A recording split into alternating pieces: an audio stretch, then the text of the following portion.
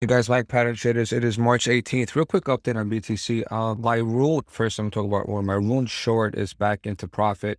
I literally wrote it all the way down to roughly about like 6.7, 6.8, and I didn't even take profit.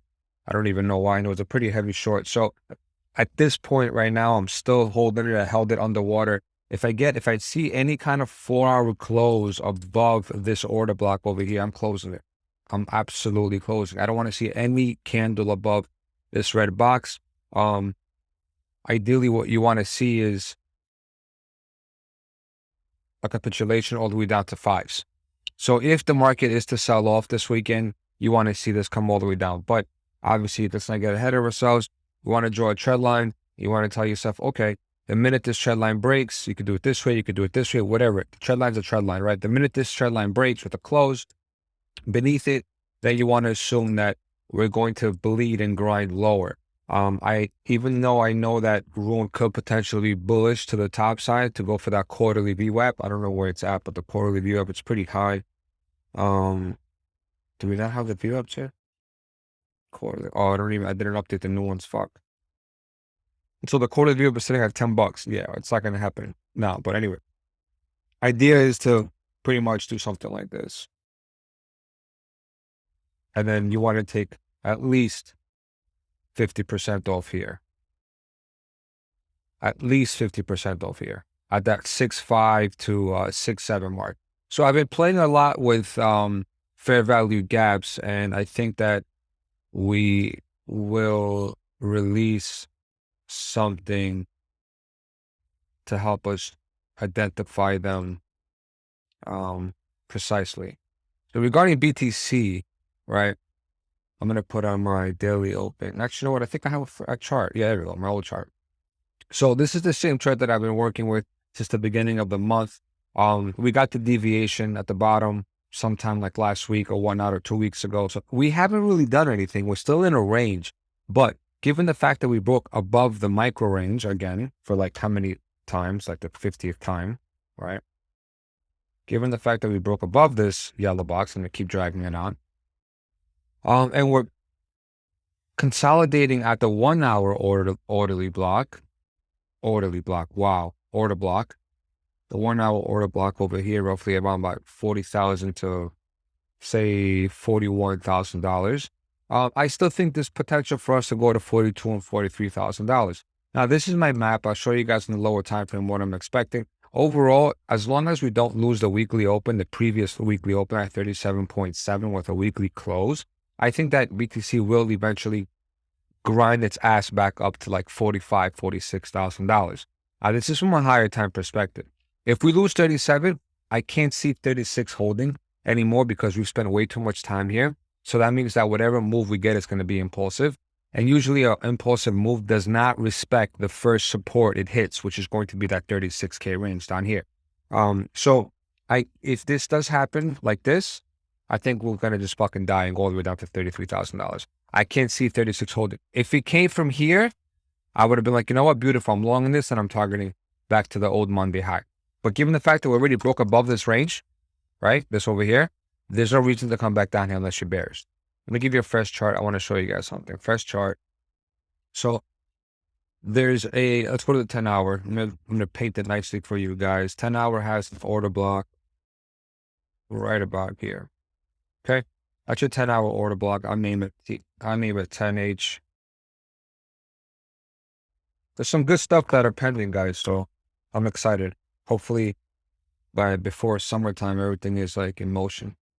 So 10 hour order block, obviously we can't get above it, but there is for the 5 hour,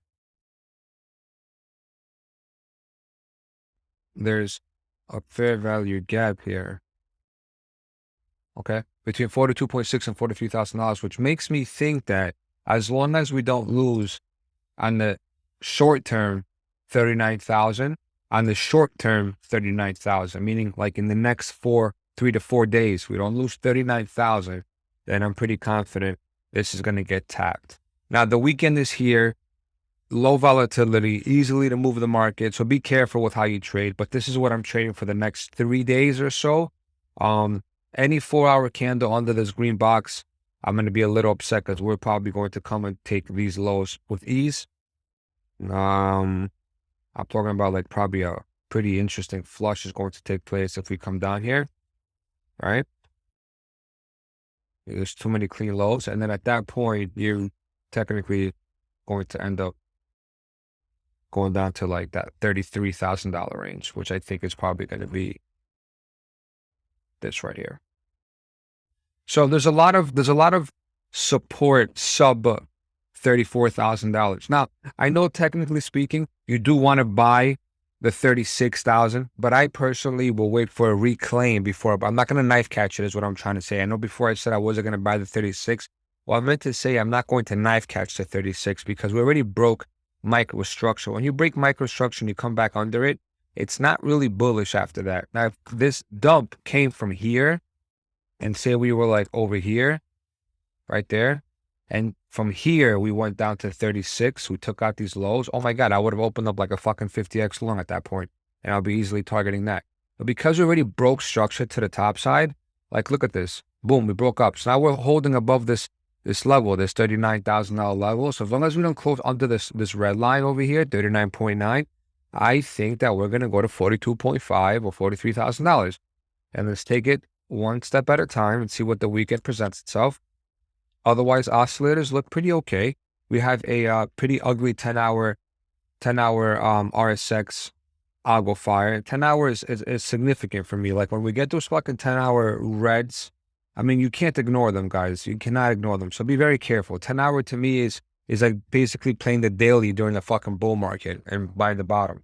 So given the fact that we are red, you need to be cautious. We have a fucking red triangle. That's another worrisome event. And we have the PTT that turned red at the top. The only good thing about all this is that 3-day has finally crossed, which means that whatever dump we get next is probably going to be a significant move to the top side. I'm talking about a significant move to the top side because the low band already is probably past mid. I'm assuming. I don't know. I haven't looked at it yet. Oh, it's at mid. See, that just changes everything for me. Usually what you want to see is you want to see this up here. So you want to see this cross mid and sustain itself above mid while these two little guys kiss and grind to the top side. I know that sounds a little freaking weird, but I mean, if you play with oscillators long enough, you understand what I'm saying. You want the low band to be above mid all the time whenever you actually get the cross in the bottom. So we're kind of at that midpoint, which is not ideal. So you get that mixed signal where you're bullish but bearish at the same time. So there isn't a clear indication about this until we get above mid. Otherwise, the histo on the 3-day looks fucking beautiful. Let's get rid of this. Again, remember, I'm a histo type of guy. This looks beautiful. We got red activations. I love it. I love seeing that. 2-day looks probably amazing too. 2-day looks beautiful as well. We got fire, two red fires. The 2-day is trying to find support on mid, which is great. Look at the weekly. The weekly RSX is very interesting because we pivoted, we retested it, and we're slowly grinding up. By now, with this impulse up, we should have already been at least to mid, but we're not, which indicates that there's additional chop and additional range to take place. The weekly histo does not have any red indication at all, which means that we are nowhere near a fucking bottom, unfortunately, a macro bottom. So keep that in mind. Go to the lower time frame real quick. Look at your 4-hour. Your 4-hour is on the bear side. We have red activation to the top going down, which means that whatever other poke we get could potentially be kind of like a slap, a really serious slap. RSX is giving us no indication at all. We're kind of like in limbo, no activation. But what we have here, we are getting a potential hidden bull dip. As long as we go a little bit deeper, one notch lower, and this actually sustains above the green box, that should be giving us a 4-hour div. If you open up your TMA bands, see, when we do a breakout, the number one indicator that I use other than the oscillators is the TMA. And people might ask me why, but the TMA is like pretty much a mixed version of EMA. It's composed by EMAs and MAs. They're just done differently. So when you break out on the lower time frame, you always want to look at your 4-hour and 5-hour, because that midline, that mid 4 and 5-hour will tell you if we're bearish or bullish. As long as we stay above it with 4 or 5-hour closes, we're going to sustain or ride up. Now, don't forget, these TMA bands have officially curled to the top side, which is good. You see how they're curling to the top side, which is good. 4-hour TMA is, which is good. So all we got to do now is sustain this green box, sustain the 4-hour mid TMA, and we should be okay. If you want to go a little bit higher, a little higher time frame, the 2-day, let's close all this shit. Let's go to a different, go over here. Beautiful. The 2-day TMA is officially green, guys. The first time we were green since when? I don't know. Let's see. It's the first freaking time that we were green since when? Since here. December 5th. I'll go a little bit lower. December 3rd was the last time we were green. And now, before you guys start asking me what does it mean to be green, it means that the consolidation is bullish, not bearish. See this? That means that we're officially starting to consolidate in a bullish manner. So all it is just basically time right now. Time until we pump time. I can't see us getting above the 2-day TMA under no circumstances. So temporarily right now, I think max ceiling for us is going to be at $49,000. Obviously, it's going to keep changing as we progress. And the max floor right now, I think is going to be 35. Where's the mid to this? I need to get the mid. Mid. $35,000 to $31,000. That's a big range. I get that, but you have to understand how the TMAs work. They're like a support and resistance. Where you want to take if you're bullish, you want to not lose the middle portion of the TMA band, the middle to the top. You don't want to be at the bottom portion. So what do you 3 there?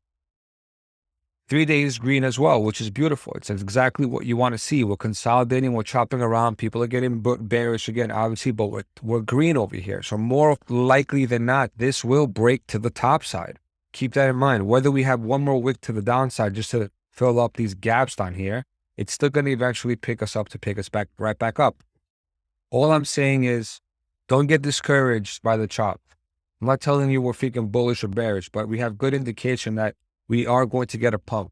So keep that in mind. Weekly still at $46,000. We haven't even retested the weekly since we broke under it. Wow. Which means that the 46 is probably going to be the bigger slab, which lines up with, I think, the yearly open, no? Yearly open is 46.2. Wow. Yeah. 46 is going to be a pretty interesting slab.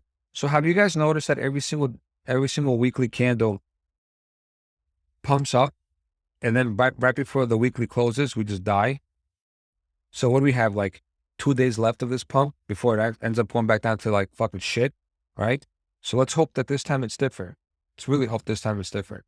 But again, the number to get above on the weekly time frame is $42,000. We need to get above $42,000. Now we could easily, I'm talking about easily, consolidate ourselves roughly about 46 to 42K, range for another week or so, and then head up towards this box.